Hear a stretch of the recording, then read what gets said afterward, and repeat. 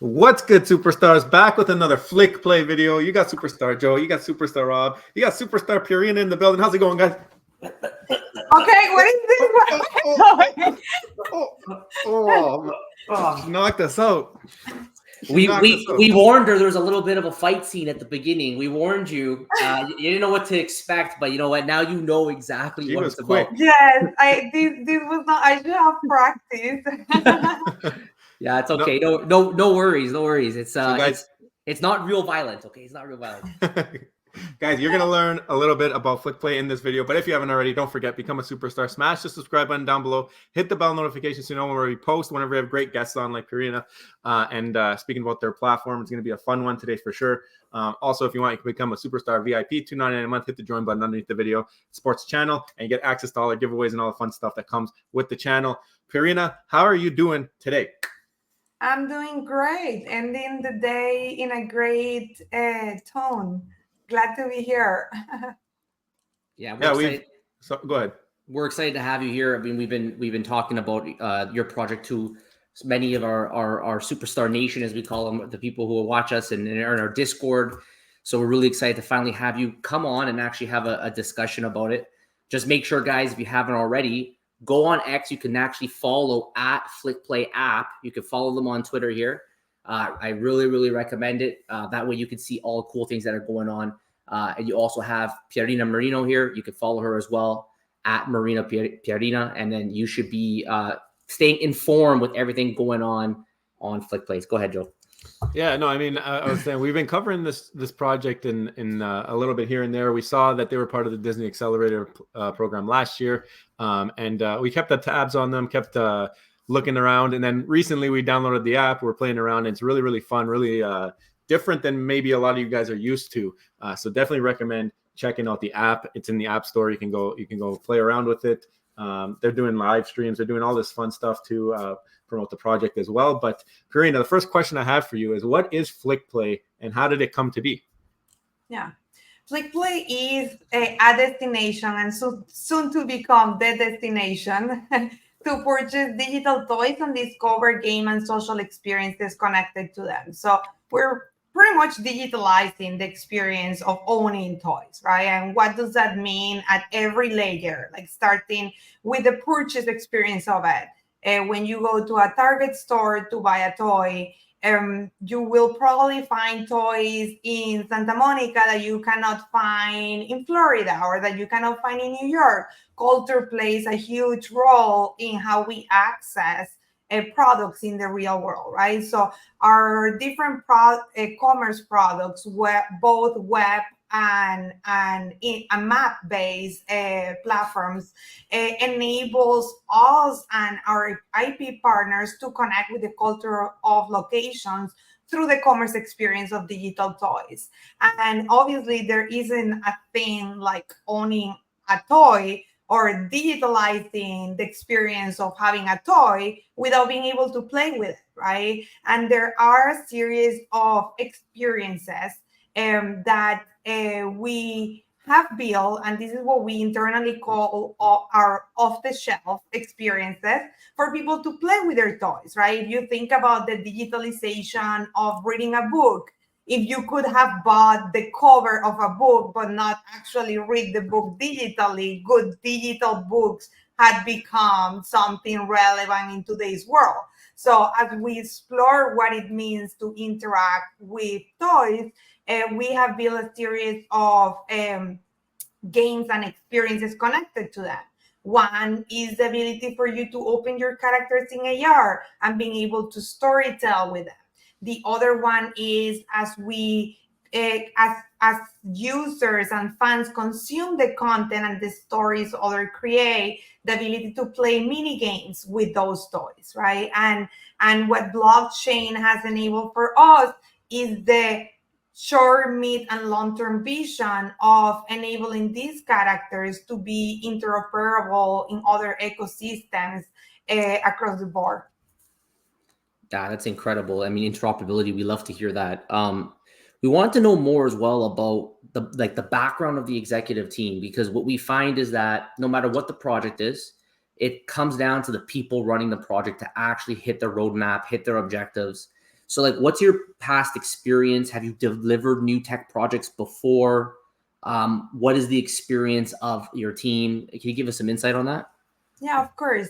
I have worked at the intersection of design and technology for over 12 years already. My background is a little bit unconventional as I started in architecture. I worked for Frank Gehry designing very large scale architectural projects, but always using new technologies to push human experience. And if you think about it, traditionally, we design things physically, then we improve them digitally, we optimize how we create physically. And I think that it was not until 2017 when Facebook acquired Oculus and there was this new world called VR where we could build better human experiences. And coming from a background where I was touching VR, AR, robotics, digital fabrication, everything that touched how to make better things digitally to improve the physical world,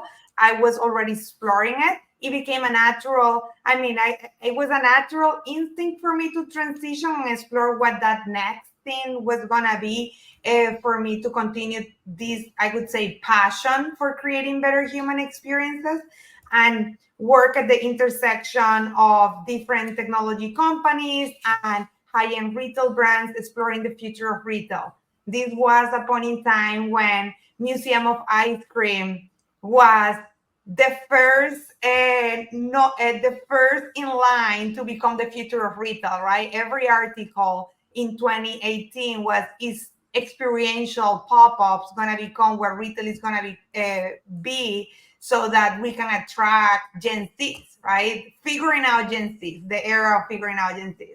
And to me, it was very fascinating to see that while most people were focusing in how to make places Instagrammable, I was looking at it through a different lens, and I started realizing that what people were trying to do was build their digital identity. And any differentiator of an environment in the real world would help them get more traction online. That was a point in time where if you discover a street art, you would go create videos and you would not want to share that location because that would differentiate you in Instagram with your content, right? Like this idea that access was ownership of social identity online. And that was fascinating to me, like the psychological impact of scarcity and how to me the first generation of digital ownership became access in the real world and how you could create content in locations that help you differentiate online. And that just start amplifying and being more and more clear to me as I start to see hundreds of thousands of people running in the street capturing a Pokemon.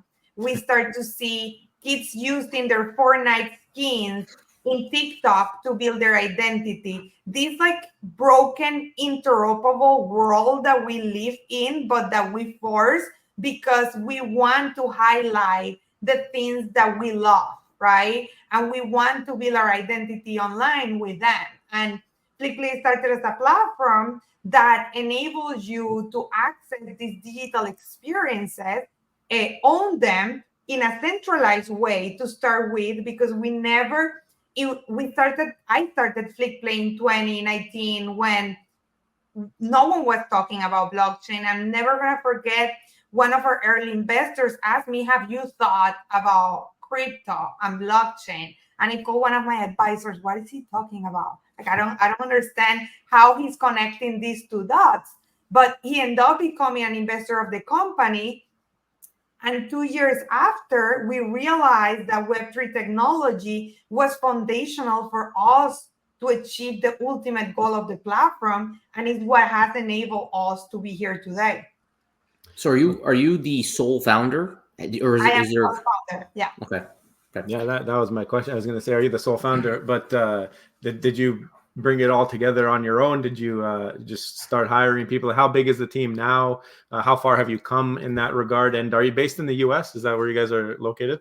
Yeah, so we're based in Los Angeles. The core team is in Los Angeles. And just to track into your question about what are the qualities of the team, right? And like why are we best positioned? And to me, that's always a little bit of a funny question, because if we would be building a deep tech company, I would say yes, you want to hire machine learning engineers from Google because that's the best shot forward. But I heard the other day the founder of OpenAI giving a talk and talking about what are the qualities when he was investing in Y Combinator. What were the qualities in the founders and the teams? And he said that it didn't really matter how by the book smart they were, because obviously you need to be smart. Obviously, you need to have a domain expertise that connects to what you're building.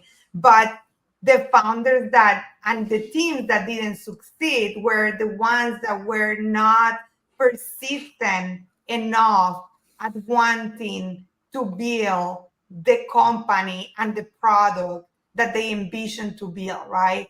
And for us, as I was starting the company and I was putting together our early team, I want of being smart and being amazing at what they did was a must. That was like the bottom line.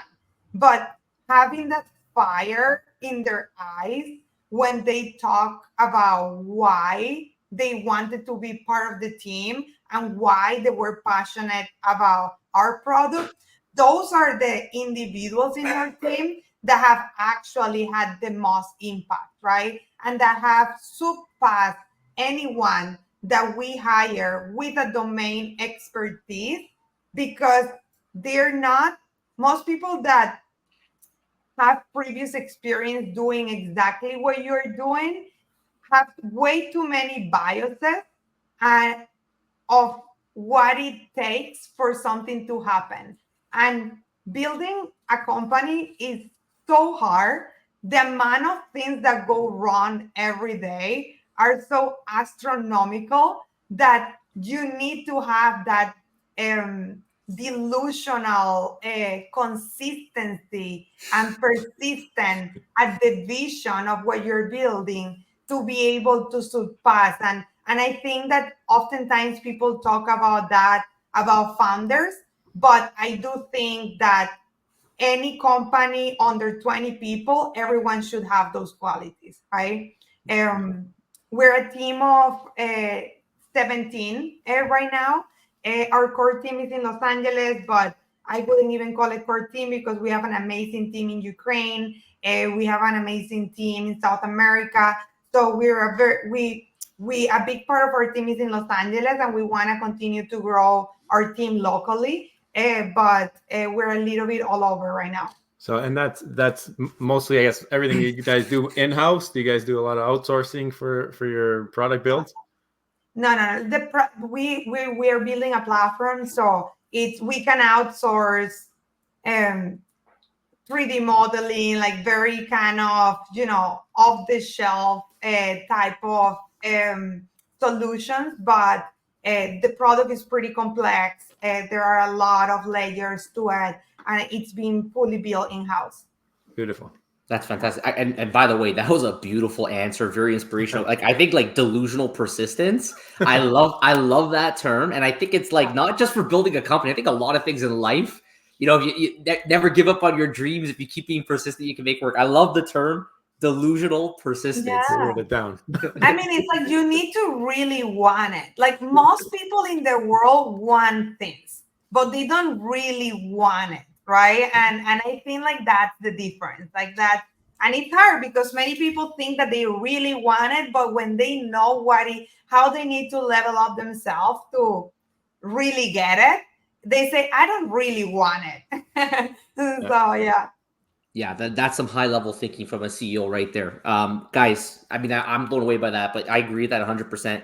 I want to go back to the blockchain. You talked about Web3, your investors came in and they mentioned it as well. So exactly, like, we're pretty new to it. I noticed you could import some MetaMask, anything, I guess, Ethereum based, Polygon based. But what blockchain does it use? like how is it integrated with the Web3? Can you just explain it to us? Yeah, absolutely. So we want to become as a platform as multi-chain as we can, right? And as we're working with different entertainment studios, they all at some point either have a preference or will have a preference to what ecosystem they want to build on, so that they can ultimately also achieve their own platform capabilities, right? Without extra layers of complexity around wrappers and so on. So we currently support Ethereum, Polygon as the default of it, and we recently launched a collection in Flow. We are launching collections strategically in different chains based on the capabilities that we want to achieve for the different collections, and the overall plans from every IP holder, because they're different from one another. And I really think that we're one, and of course the founder is talking, but I really believe like we're one of the few companies that is really taking interoperability serious. When you download Flickplay and create an account, you can connect your MetaMask wallet, and you can not only import all your assets, but you're able to interact with them in the platform, right? And this is a major milestone, like for us to create two-way interoperability, not only being able to take things out, but being able to interact with the things that you purchase from us, but that also that you own, which is what we call your toy bin. Here we go. That's our NFT project. So. You know how cool it is that, like, sometimes I go to the Flickplay feed and I see Snoop Doggy, and I trigger the mini game in the feed, and I'm like, how cool it is that I didn't have to chase for Snoop Dogg and create a partnership with him for me to be able to consume his content in the platform, right? And for his identity and DNA to be part of how the owner of that toy engage within the platform. So this is like the beauty of like the ultimate playground for digital toys, right? And I think that we are kind of at that early inception of it. Well, so is it capable right now to bring in 3D assets? Like if you have the 3D asset like built into your wallet, it can bring in the full 3D asset, because in our case it's a PFP, so we just get the photo on the skateboard guy. Yeah, so we have certain collections that we enable that. So for example, with the sandbox, if you own a Snoop Doggy, you will be able to interact with your Snoop Doggy. And we use the sandbox is a great example, not only because it's a very dear project and company to as a partner to Flickplay, but also because they have such a wide range of animation set up for the characters already. So we build up our system so that if you own a sandbox character, you're able to onboard them into our platform. And what we do is that when you connect your wallet, if you have a sandbox asset, we go into the metadata and we say, is this character the right size?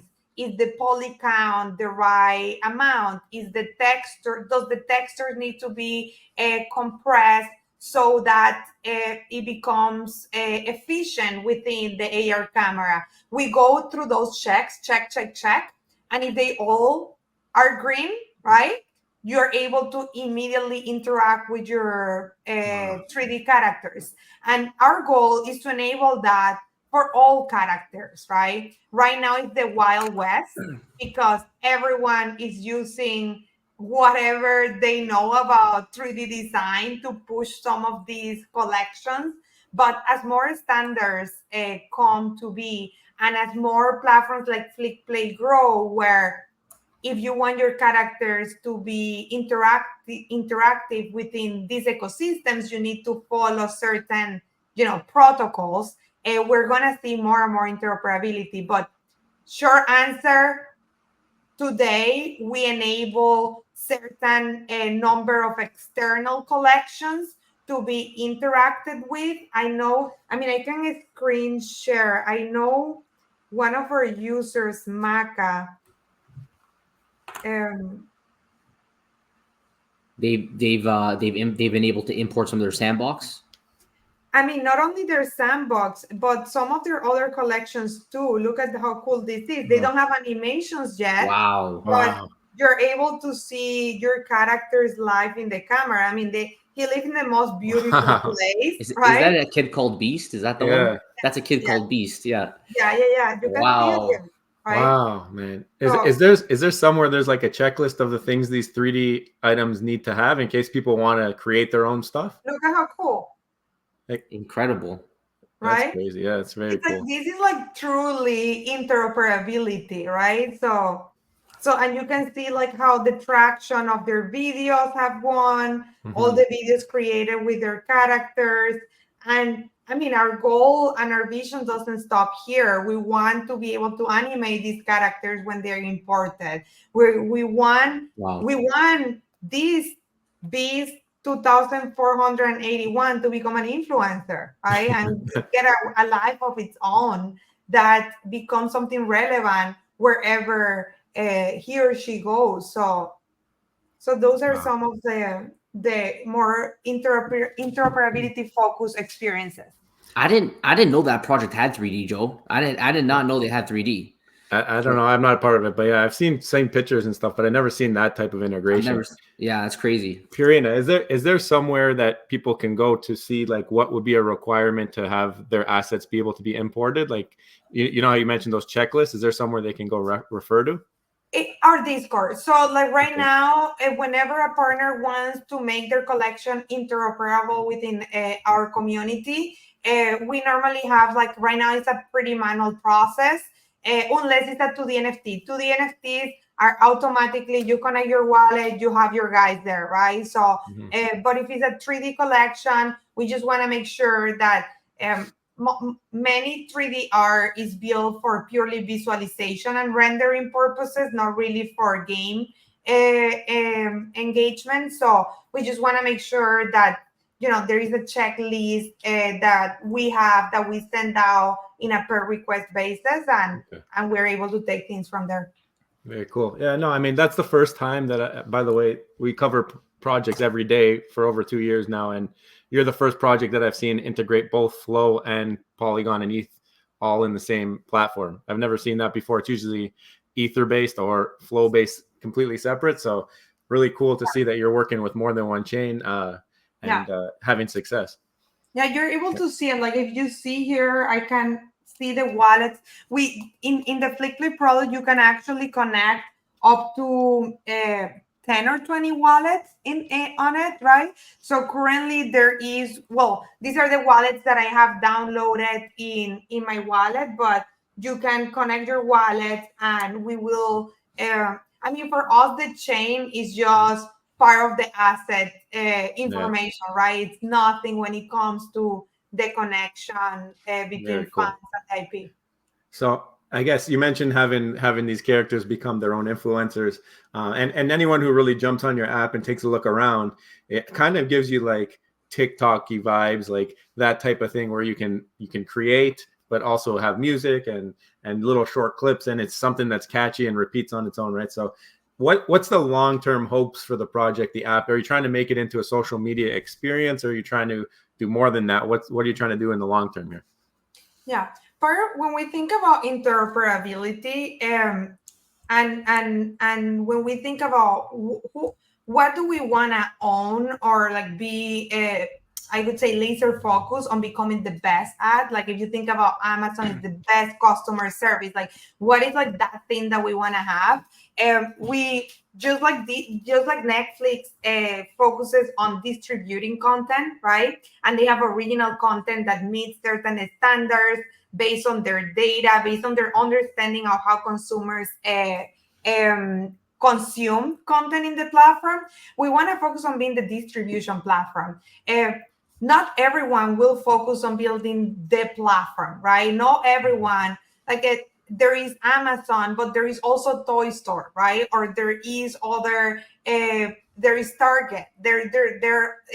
specialty stores, right? Not everyone needs to be the platform. And since day one, we have been focusing on building the platform. So we want other digital toy companies to leverage Flickplay as a platform to commercialize their toys and be a second distribution channel for themselves, right? We are not really focused on creating original IP, or I would say derivative content from original IP or style content from original IP. We're focused on commercializing the toys, right? Like getting the IP and what are the initiatives from an IP holder, and what are the versions that the character fans will engage with the characters in the next 8 months. And that's what we are launching the product.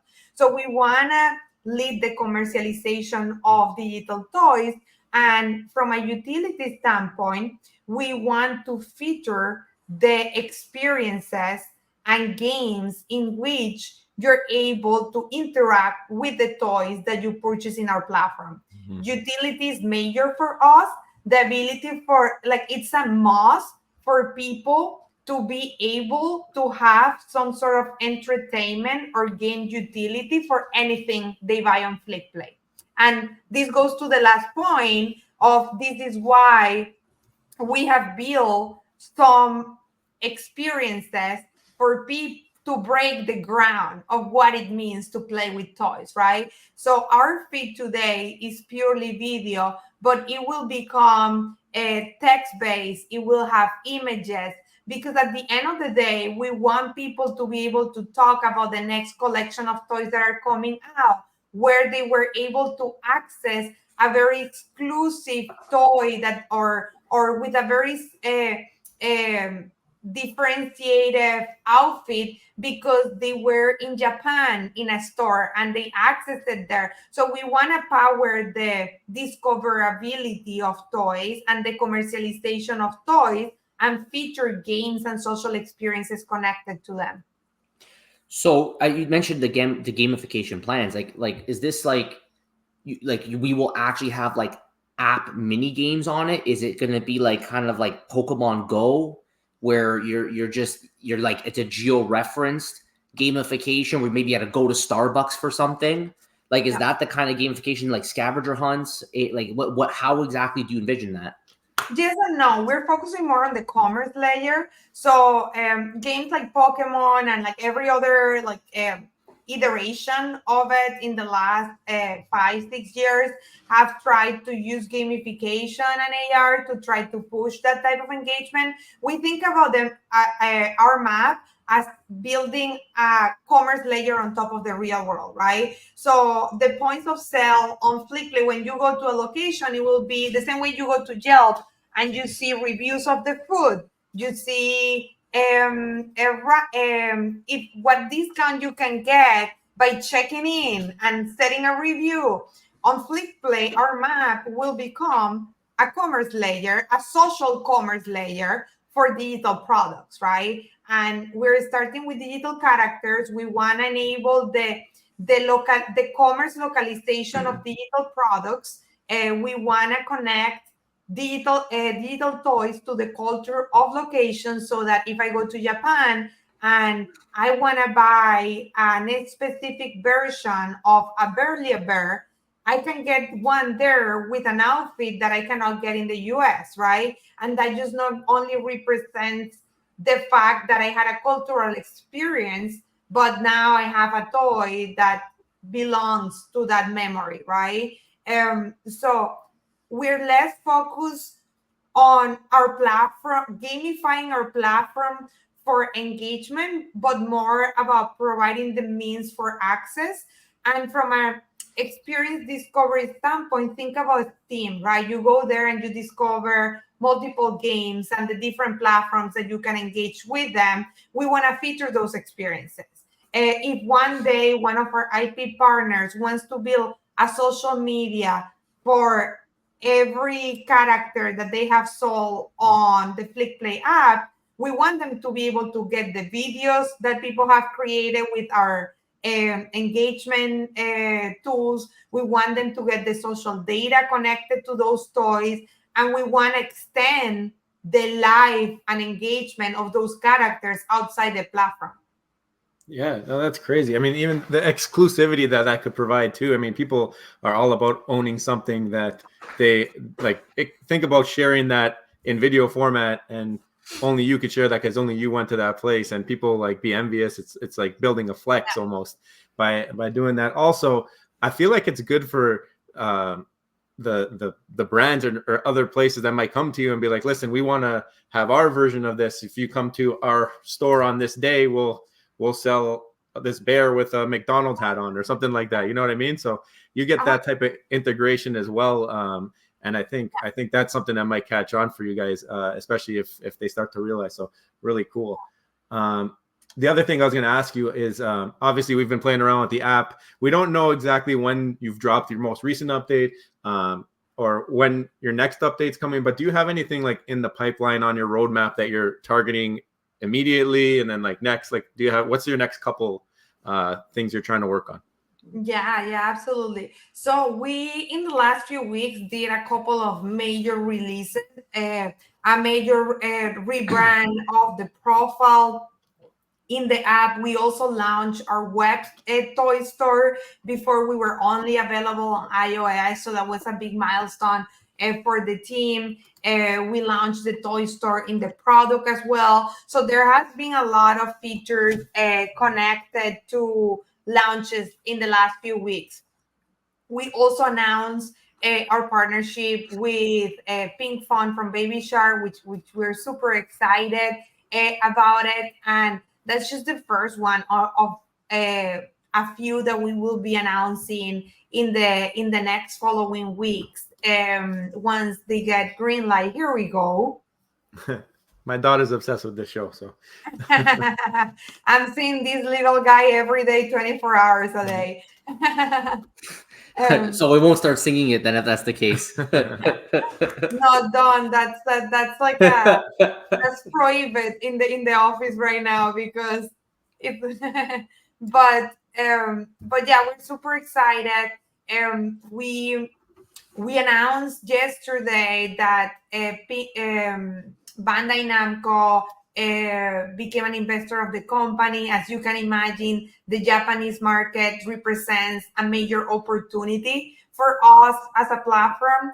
I didn't really understand it. People always told me they are way ahead, and I say how cool. And it wasn't until we start conversations with them and I went there 3 months ago that I realized, wow, I envisioned the future 3 years ago and I'm coming to a different country and I'm living it, right? It's a fundamental part of the culture, the VTuber movement, the whole idea of digital identity and how characters connect to it. So we're really thrilled to have such I would say more than well-known, respected partner to guide us through our localization in the market.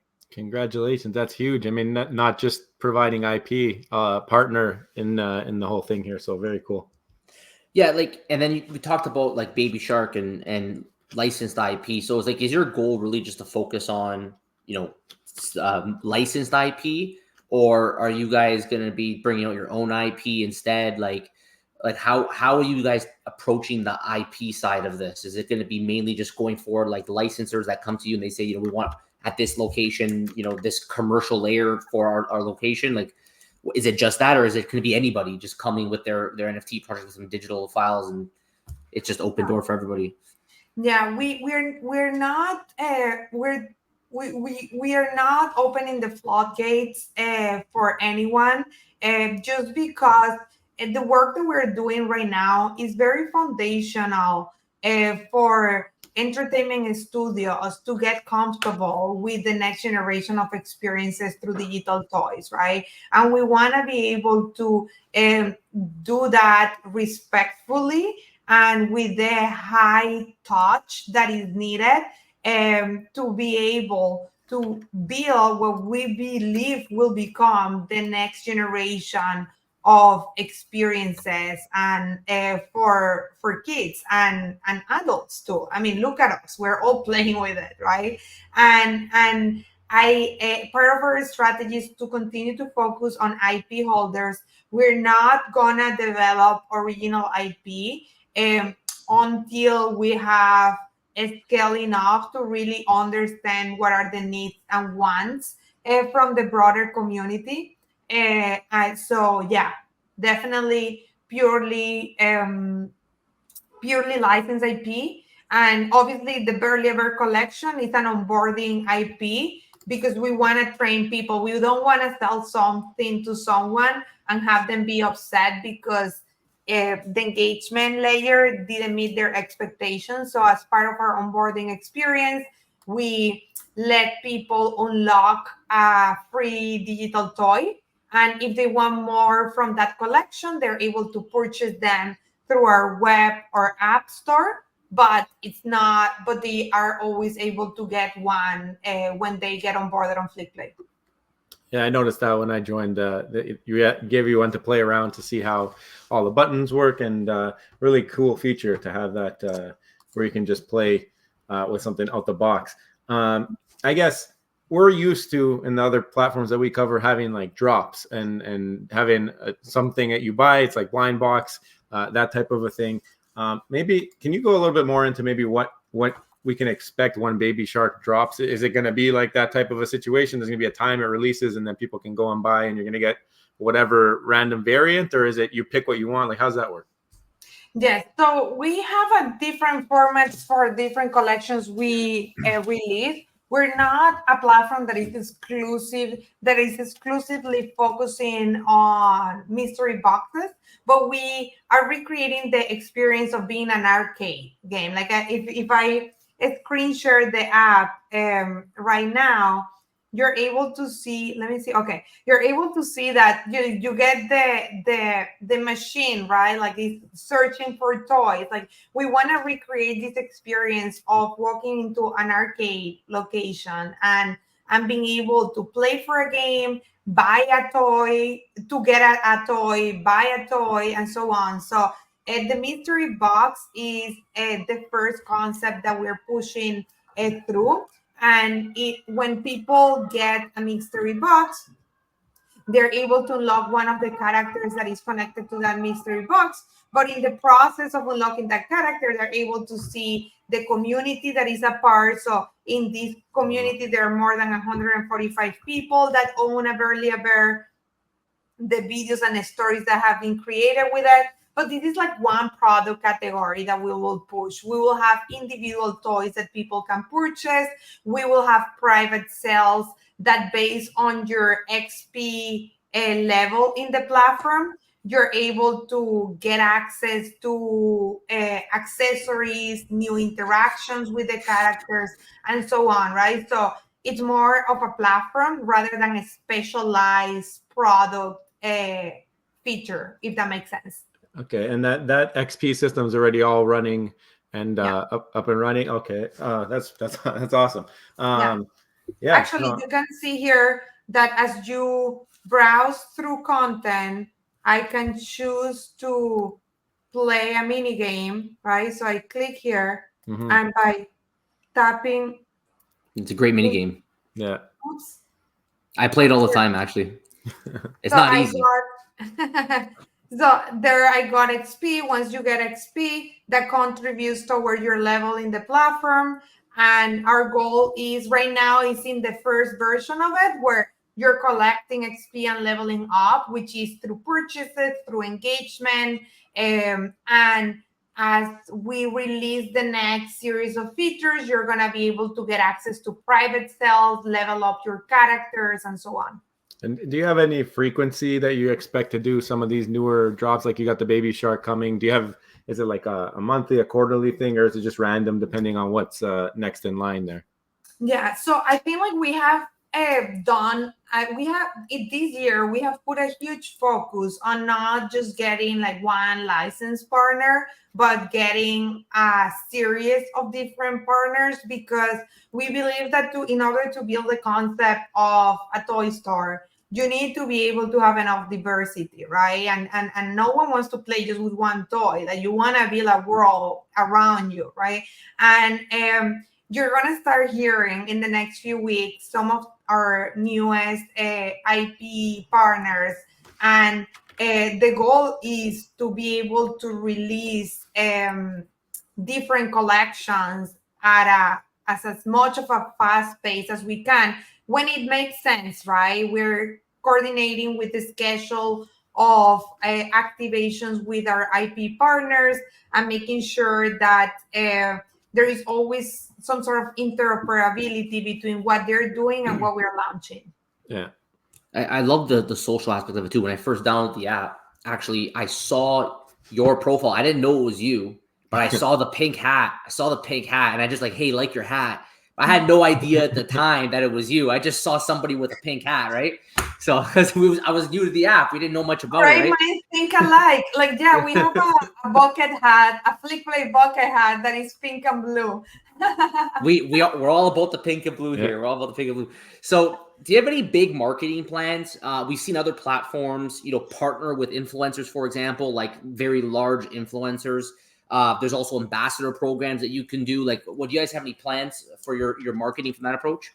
Yeah, that's something that we're working on dynamically. I think that through our IP partners, there will be a lot of like really interesting initiatives that will come out of them on how they will contribute towards us getting closer to their fans through their own platforms. And I think that's a key milestone for us to be able to tap into the broader fan base and not into like the bubble that we're all a part of. And we're being like very we don't want to rush anything. Like, let's call it that way. We don't want any drop on Flickplay to be like an overnight sellout, because we want to attract the right audience that will want to play with the characters, right? We never call them a collectible. We don't even talk about drops, but it's like toys that are coming to the toy store, right? And I think that people hate and love us for it, but we really focus on the utility, and we really think about blockchain as the underlying infrastructure that enables us to extend the experience of what a true digital toy is, which is not building an island, but building an access point for multiple experiences to happen in different places. And we want to bring that not only to the early adopters of Web3, but to the masses. And because of that, we want to be very careful about what are our different marketing initiatives and how do they fulfill for short-term goals like revenue versus mid to long-term goals like having a true community that are engaging and building the value in the platform. Yeah, cool. I mean, I can't argue with that. I mean, we are all about, I mean, we just had a space today with our friends at Cryptoids where we talked about, with the masses, what's going to happen for the masses to come into this space. And I just don't see how masses will ever come if there's not meaningful utility for them to actually come and entertain themselves. It's no different than, let's say, the gaming world. Like, you gotta give utility in some capacity. It could be social utility, it could be gamification utility, it could be, you could come up with a million different versions of utility, but it has to be utility for the masses to come. Yeah, 100%. I mean, think about books, right? Do you think that I still buy physical books, right? But you cannot deny the value of you being able to travel and pick from any book that you want, rather than making a decision a week before you travel what you're going to log yourself into reading. So, but that's utility. The technology is enabling a utility, which is the flexibility of me picking what I want to consume. Same with the streaming and the media space versus theaters. Same as console games transitioning to mobile games. And we truly believe that one of the biggest utilities that digital toys and blockchain can create is the portability of the assets and the extension of gameplay. What portability means from a gameplay. And that means that if a kid is traveling, their parents are going to ask them, you can only bring one of your toys, because they cannot bring their whole room into their luggage, right? So every kid has always been told, or at least once, you can only bring one toy with you to play with. But with digital toys, that doesn't exist anymore. You can bring them with you, and you can tell stories with them, and it's stories that are not only in your imagination anymore, but that they become a memory within the Flickplay platform and any other platform that enables a new experience with the digital toys we commercialize. Yeah, and I mean, even the thing is, like, if it's somebody's first ever physical toy or digital toy, and they're looking, okay, what do I want to buy? It's the same thing. One's on the screen, one is a physical. You can do so much more with that digital that you wouldn't be able to do in real life. You can build an experience around it. The thing could be playing a game. It could be whatever. There could be any type of creativity that you could think of, that you could put into a digital asset that the physical might just stand there. I mean, love Pudgy Penguins and everything they're doing, but this one here doesn't do anything. The one on the computer, I could do so much more with. So that's something else that we've noticed as well, like utility. That's why we're such strong believers in it. So we're glad to see that you're on the same page. And there is actually like a super interesting study that shows the study was done with 2 groups of kids within a school, right? Where they were given a physical toy, a smart toy, a physical toy, but still physical, and that same toy digital within an iPad.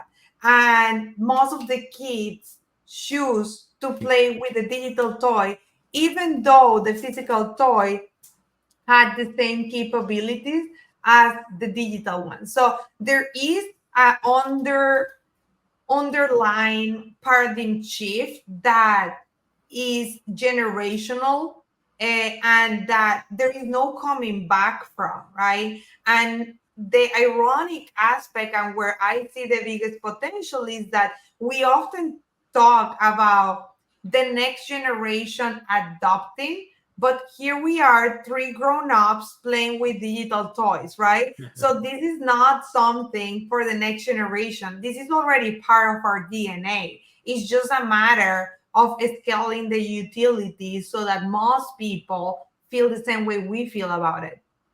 Yeah. And I think a lot of people who were watching, they probably first heard about you guys last year as part of that Disney Accelerator program.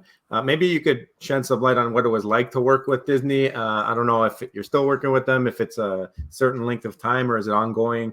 But what's it been like, and how do you see yourself before and after that partnership? Yeah, it was a really fascinating experience. Like, and to be honest, like, we wouldn't be where we are today if we wouldn't have gone through that process. It's a business development program where you meet with so many different business units from the whole company.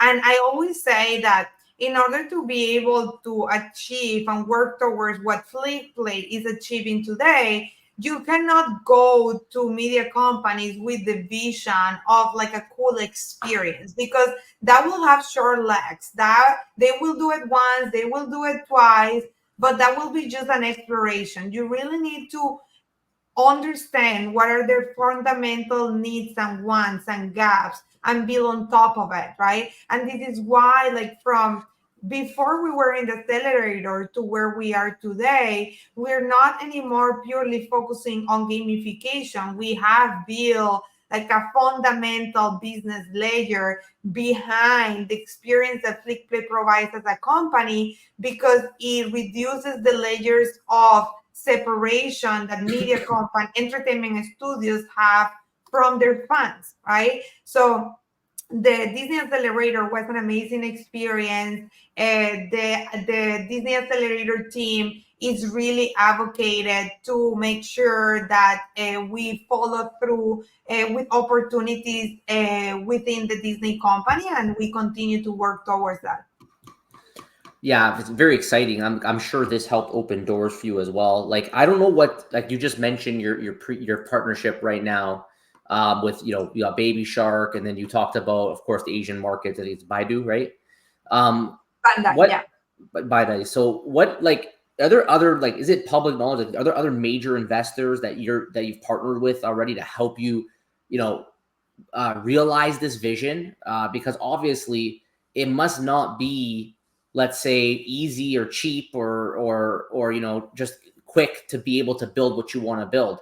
Is that something that like, is there anyone that stand out to you as like, these guys are really really involved and great? Like, you got crypto's got Mattel, for example, who are like deeply involved with them. Like, you guys have anything like that?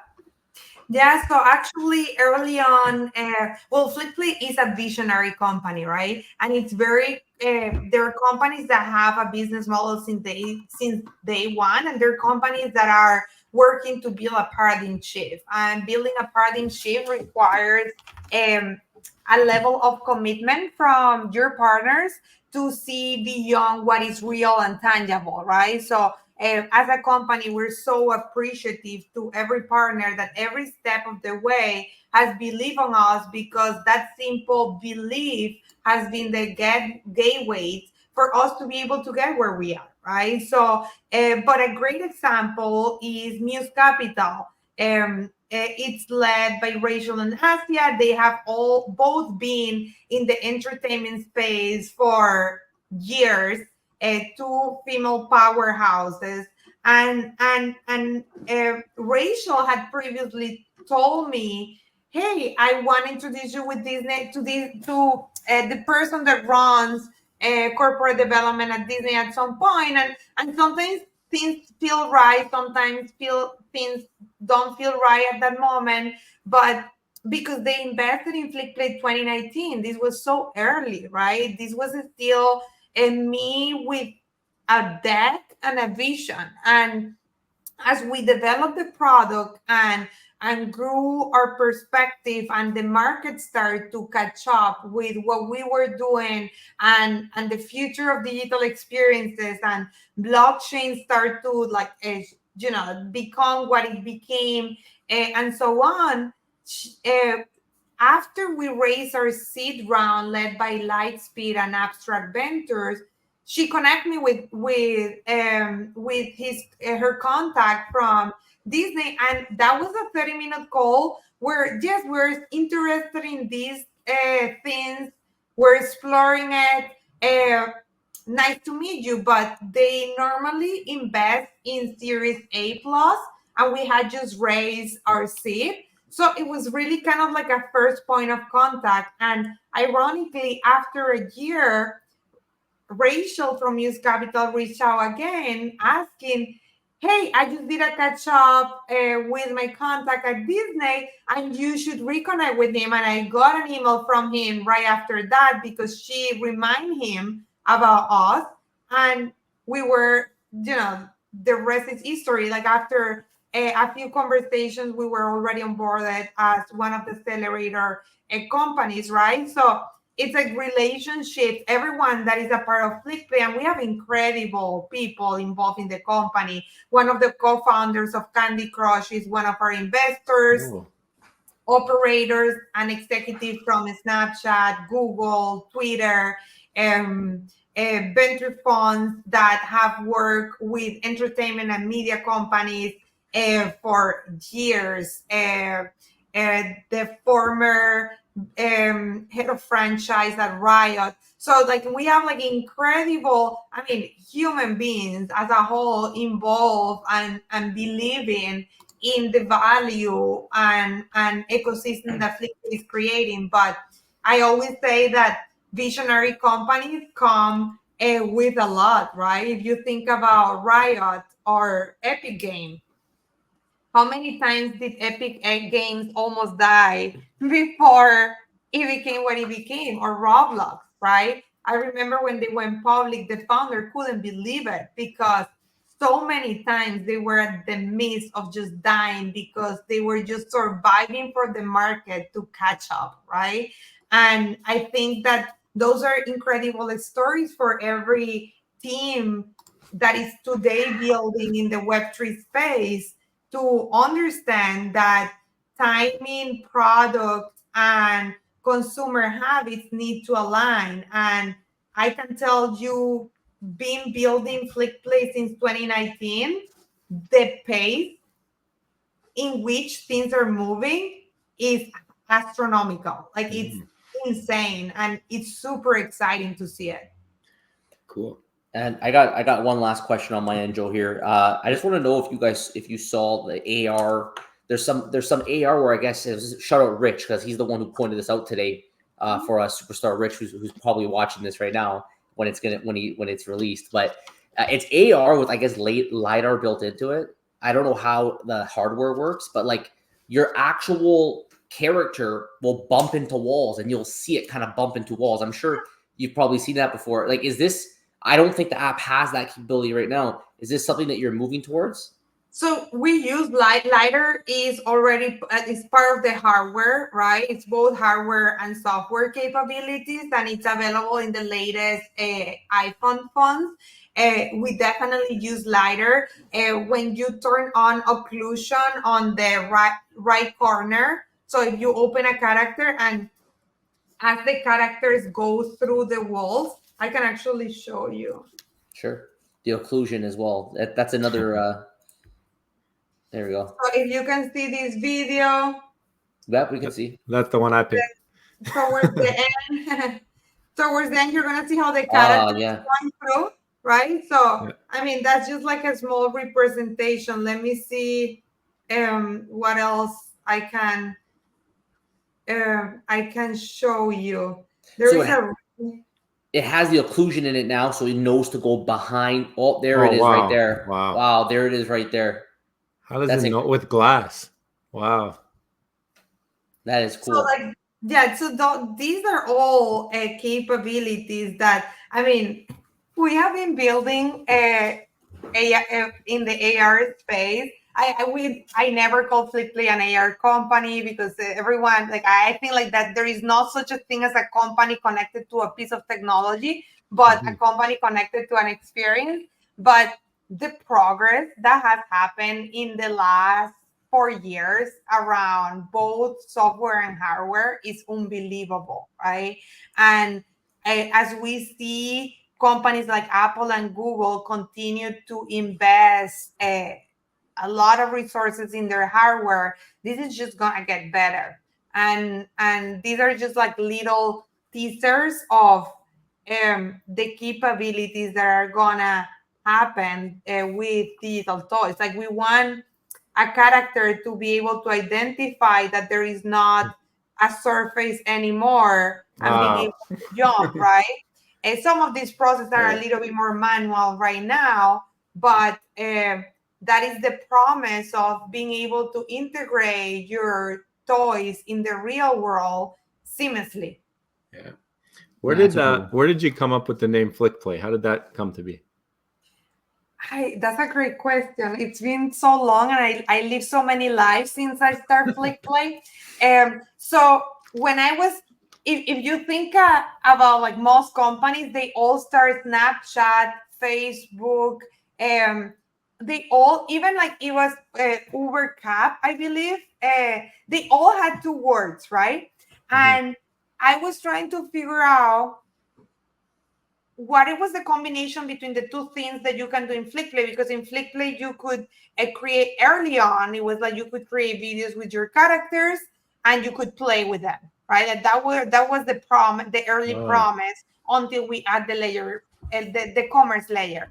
So Flick is a technical action of recording. Like when you record, it's considered a flick, and play obviously is being able to play. So Flickplay happened as a default of me figuring out that these 2 words came together, and the chameleon logo came together because one of the first concepts we explored in the platform was activating a street art and letting people own digital art connected to physical art in real world locations.